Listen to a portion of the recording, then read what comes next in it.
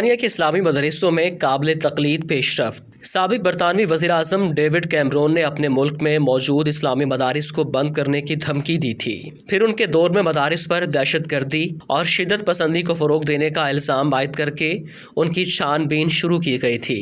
اسلامی مدارس نے نہ صرف ان الزام کو عملاً غلط ثابت کر دیا بلکہ اب برطانوی وزارت تعلیم نے مدارس کو اعلیٰ تعلیمی اداروں کی فہرست میں بھی داخل کر دیا ہے۔ الجزیرہ کے مطابق یہ ایک انتہائی حیران کن پیش رفت ہے کہ مسلم اسکالرز کے زیر نگرانی چلنے والے برطانوی مدارس کو ملک کے اعلیٰ ترین تعلیمی اداروں کی فہرست میں شامل کر دیا گیا ہے۔ برطانیہ جیسے ملک جہاں کا معیار تعلیم انتہائی بلند ہے، وہاں قائم 8 دینی مدارس کو ملک کے بہترین 20 تعلیمی اداروں کی فہرست میں شامل کر لیا گیا ہے۔ وہاں قائم 8 دینی مدارس کو ملک کے 20 بہترین تعلیمی اداروں کی فہرست میں شامل کر لیا گیا ہے۔ حال ہی میں برطانوی وزارت تعلیم کی جانب سے ملک بھر کے بہترین تعلیمی اداروں کی رینکنگ جاری کی گئی ہے، جس میں پہلے نمبر پر جس تعلیمی ادارے کو رکھا گیا ہے وہ ایک دینی مدرسہ ہے۔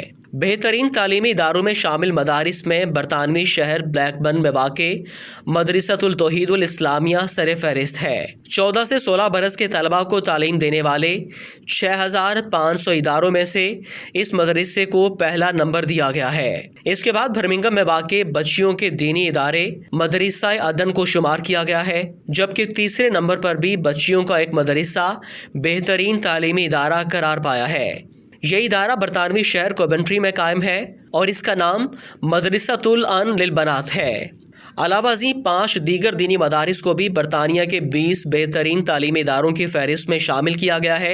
ان مدارس میں A لیول کی تعلیم دی جاتی ہے۔ گزشتہ برس GCSE کے امتحانات میں بھی ان کے طلباء و طالبات نے ریکارڈ نمبر حاصل کیے۔ اس سرکاری رپورٹ کو مسلم تنظیموں اور تعلیمی ادارے چلانے والے اسکالرز نے بہت سراہا ہے۔ برطانوی وزارت تعلیم نے اس فہرست کے حوالے سے اپنی ویب سائٹ پر لکھا ہے کہ بہترین تعلیمی اداروں کی فہرست جاری کرنے سے پہلے تمام اداروں کی کارکردگی کا تفصیلی جائزہ لیا گیا۔ وہاں زیر تعلیم بچوں کی تعلیمی قابلیت، خصوصاً ریاضی، فزکس اور انگریزی کے مضامین میں مہارت کو اچھی طرح جانچا گیا۔ باریک بینی کے ساتھ جائزہ لینے کے بعد یہ فہرست جاری کر دی گئی ہے۔ برطانوی وزارت تعلیم نے امید ظاہر کی ہے کہ مستقبل میں اسلامی مدارس سے پڑھنے والے اعلیٰ عہدوں پر فائز ہونے کے اہل ہوں گے۔ مشہور سابق برطانوی گلوکار یوسف علیہ السلام کے قائم کردہ دینی مدرسے کے ایک استاد کا کہنا تھا کہ یہاں پڑھانے والے اساتذہ صرف تنخواہ کے لیے ڈیوٹی نہیں دیتے، ان کے کندھوں پر مسلم نسل کی تربیت کی بھاری ذمہ داری بھی عائد ہے۔ وہ اسے بخوبی نبھانے کی کوشش کر رہے ہیں۔ ہم طلباء کو گھروں میں جا کر بھی وقت ضائع نہ کرنے، بھرپور محنت کرنے اور اپنے ہم عمروں سے ہر میدان میں آگے بڑھنے کی تلقین کرتے ہیں۔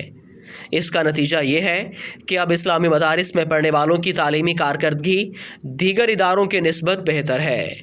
ہمارے طلباء فجر کے لیے جاگ جاتے ہیں اور رات جلدی سونے کے عادی ہیں، جبکہ انہیں بڑوں کا احترام، قوانین کی پاسداری سمیت اچھی صفات سے مزین کیا جاتا ہے۔